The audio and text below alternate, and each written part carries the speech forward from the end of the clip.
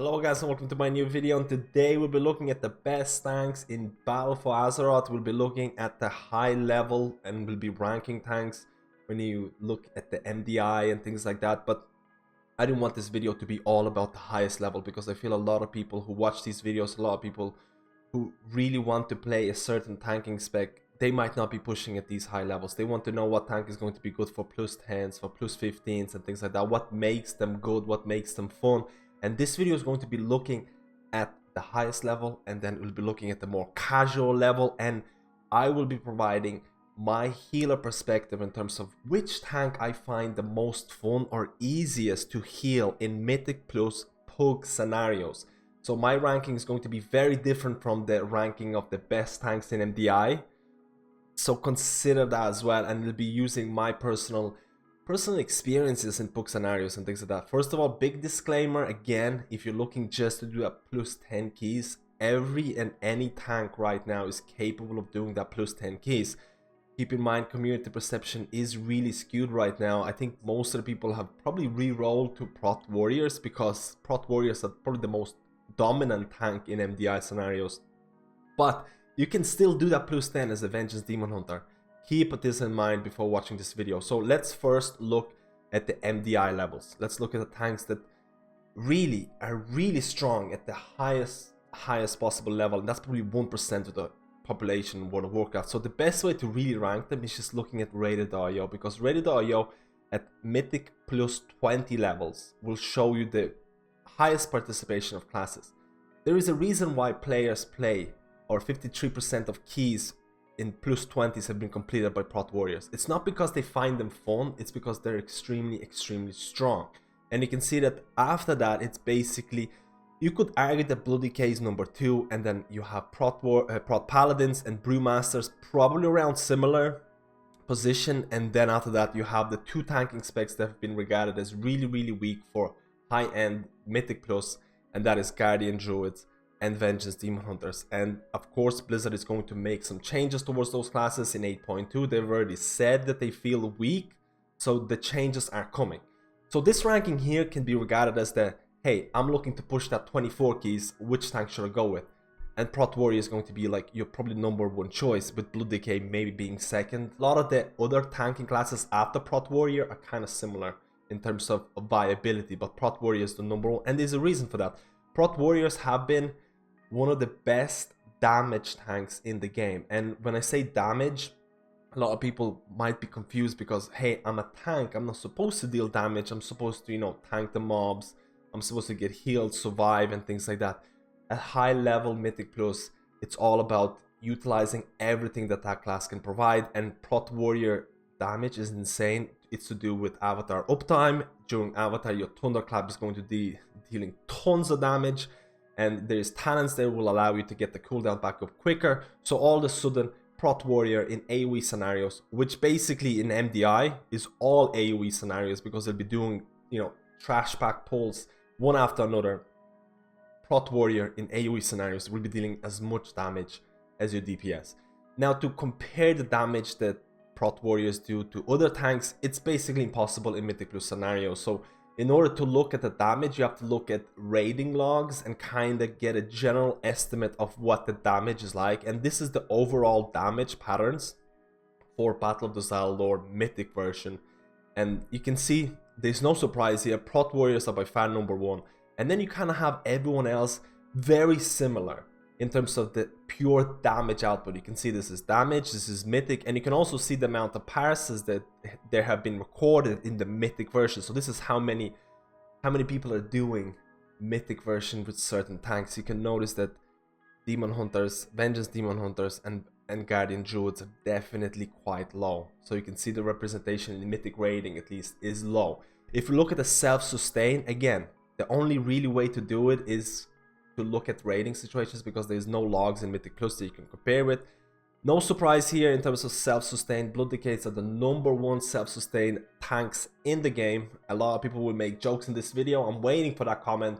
When I make best healer rankings, they'll say, what about Blood Decays? Because Blood Decay can actually do more healing than a healer at certain, you know, certain bosses, certain Mythic Plus and things like that.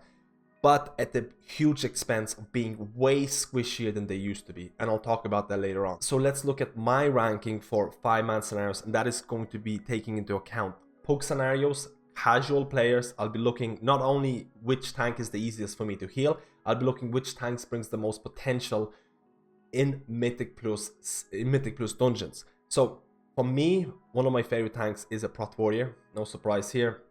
Again, a lot of people will say their niche is damage and maybe they don't bring anything else to the table, and that is completely wrong. Prot Warriors, outside of the amazing AoE damage that they provide with Avatar Thunderclapping and things like that, they have Spell Reflect, which does not show up on the damage meter. Spell Reflect can be huge amount of damage on, let's say, on a Tyrannical boss. Tyrannical boss is casting certain ability, Warrior will use Spell Reflect, and that can chunk down the boss by 20% or something. That does not show up on damage meters. It's just another thing that makes them really strong. And on top of the fact that in terms of healing them, Prot Warriors are extremely strong tanks. Their mitigation is really strong, especially physical damage. If they can use their block, if they can use their shield, they are one of the tankiest tanks in the game. They don't really spike that much. Again, magic damage can be hard, but most of the tanks do not really deal with magic damage that well. But Prot Warriors, in terms of healing them, there is no issues. It's one of the reasons why Prot Warriors are so strong in Mythic Plus. Their AoE damage is insane. Spell Reflect is really strong. Mobility is pretty decent. And their mitigation is really strong. They can face tank multiple mobs with no issues whatsoever. That makes them one of my favorite tanks in Mythic Plus. If I move on to the second or the third best tank, I'm going to group the next group of tanks in this one section. And that is going to be a Protection Paladin and a Brewmaster Monk. So these are the two tanks that have a high representation in high Mythic Plus keys, but if I'm pugging them, I usually have a good time with Prot Paladin as well. Prot Paladin to some extent is my favorite healer to heal on these grievous weeks, on these heavy healer weeks, because Prot Paladin has Hand of Protector, which is an insane talent that lets them heal allies in a group. And it's going to heal for an insane amount. So let's say I'm falling behind on a certain DPS. Let's say a mage has 4 stacks of Grievous and I'm falling behind. There's AoE damage.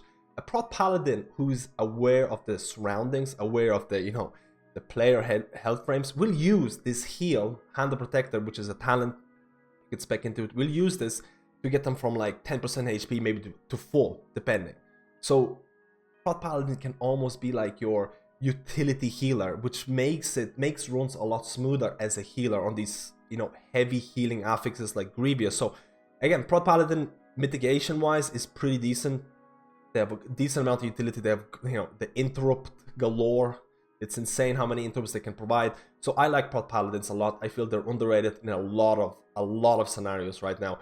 And to the same extent, Brewmaster Monk. If we're talking about a tank that is the easiest to heal or who can take the biggest hits out in the game right now, is probably Brewmaster, because of how Stagger works. With Stagger, you're able to hit or take hits bigger than any other tank, and Stagger is the way it's going to work. It's going to kind of mitigate the spiking, and you'll take this continuous damage. Instead of being brought from 80% HP to 10%, you'll be brought from 80 to like 60 and then slowly degrade over time, which makes like hot healing really strong.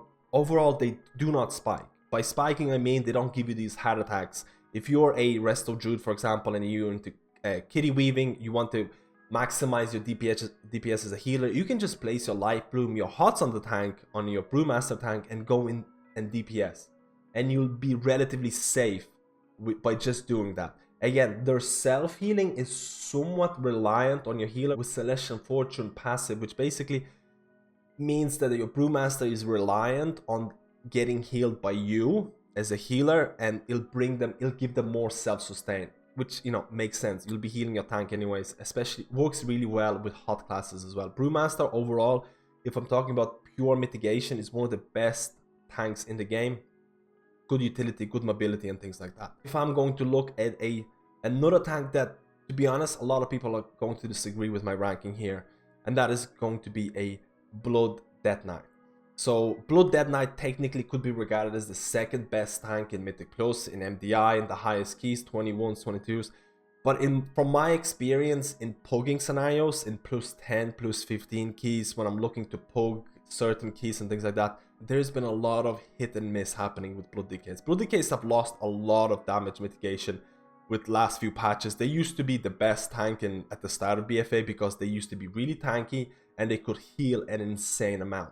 So what happened right now is that they can still heal for a lot, and they will heal for a lot, but they'll be taking a lot of extra damage. So I feel if I get grouped up with someone who is not very familiar with Blood Decays, this is the biggest issue that I have with Blood Decays. A Blood Decay who's doing the initial pull, Fortified Weak, 2 or 3 trash back pulls, they're going in. At that moment where they're about to pull this trash pack, they might not have their, they might not have their mitigation, they might not have their bone shield up, and they can get one shot. I've seen this happen a ton of times, that initial pull with people or DKs who might not be super familiar with the class, they'll get one shot. So I save like my Iron Barrack and my defensives for that initial phase. If a Blood Decay knows how to handle certain packs, they won't get one shot. They'll have to kite. Again, one of the big strong points of Blood Decays, their kiting is very strong. Their utility is very strong. They have mass grip, they have single grip, they have battle res, which can be very, very, very strong in certain scenarios. But the amount of mobs that they can tank is substantially lowered in the later patches. And I feel that as a healer, if I come across someone who's not that good of a DK, let's say Resto Druid again, a prime example, I'll leave my HOTS on them, I'll go into kitty form, I'll try to deal damage as much as possible, and then a Blood Decay will get chunked down to 10%. What do I do in this scenario? I'm getting a mini hard attack right now. I don't know whether I should shift out of my cat form and start healing them, or whether the tank is going to use their Death Strike and get to full HP. So I usually, in pug scenarios, will just stop DPSing and start healing them, because I'm not sure whether they're going to heal themselves back up. If I know a DK is very, very good, I'll stay in my kitty form and I'll rely on that DK to get fully healed by themselves. So this is why I rank them a little bit lower. In pug scenarios, it's been very hit and miss. Know your limitations and try and not give your healers too many heart attacks. So the last two tanks, and I'm not going to group them in the same category, honestly. The next tank I'm going to be talking about is Guardian Druid, and Guardian Druid is a lot better than most people think in pug scenarios in these lower keys. Guardian Druid is actually a decently easy tank to heal. Again, their magic mitigation has been, or their magic mitigation is almost non-existent. There's a lot of spells that have been removed in Legion. Their, Rage the Sleeper, the defensive, offensive cooldown has been removed. Their damage has been increased because it was quite low for a long time. But a lot of people will just say that Guardian Druids do not have that extra something to bring them to these really high keys. But overall, in terms of healing them, there's not that many issues. They're quite tanky. Again, magic damage, they suffer from it, but a lot of other tanks suffer from that as well. In terms of what their niche is a meat shield. Because of their master, they have a ton of HP, which might not always be the best thing, because a lot of Mythic plus affixes scale off your health pool percentage.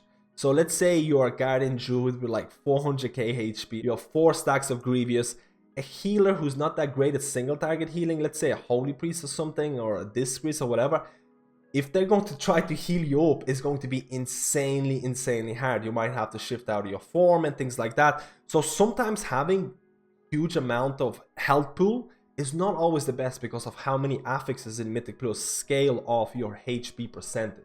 So keep that in mind. But overall, there's nothing wrong with a Guardian Druid for these casual enough keys, plus 10s, plus 15s or whatever. You can really have a good time with a Guardian Druid. They might be lacking something extra to bring them into the A tier. And Vengeance Demon Hunter, I'll be honest with you, there's very few times I played with the Vengeance. It feels like all of the Vengeance Demon Hunters have kind of re-rolled, and there's a good reason for that. I feel their niche has completely disappeared. In Legion, Vengeance was, let's say, not a super tanky tank. It used to be a very, it still is a very mobile tank, and a tank that used to provide a ton of damage to kind of mitigate from the fact that they're not that tanky. In BFA, that kind of just, it changed. Now they're still squishy, they're super mobile, but their damage is not that good. Prot Warrior is the king of damage, and Vengeance Demon Hunter is the king of mobility, I guess. They still have a lot of utility spells and things like that, but outside of Demon Spikes, they are so incredibly squishy that If you don't have demon spikes up as Avengers Demon Hunter, you have to kite as fast as possible or you're going to die. It's like a scuffed version of a Blood Death Knight. Avengers Demon Hunter can get spiked to 10% HP from like 80% if they don't have their mitigation up.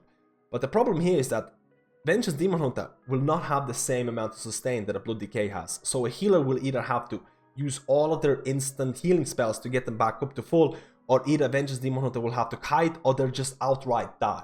They're by far the spikiest tank that I've played with, and they really need changes as fast as possible in my opinion. At the moment, it feels like they're spiking way too much right now for a tank, and it makes, you know, dealing damage as a healer really troublesome when you have to concentrate on a tank 24/7. But if you do play with a good Avengers Demon Hunter, they can kite really well, and they're an extremely fun class to play as well. This has been my ranking. Keep in mind, guys, we're looking at puck scenarios. We're not looking at top end keys. I've already talked about the ranking for the top end keys. This is my ranking in terms of the tanks that I like to heal in puck scenarios where I might not, you know, I might not get the best tank, I might not get the worst tank, and this has been my personal opinions. I'd love to hear your opinions as a healer. Which tank do you prefer to heal the most in Mythic Plus scenarios? That is very interesting for me. I'd love to hear your opinions. Thank you guys. If you enjoyed this video, please do subscribe, and I'll see you in my next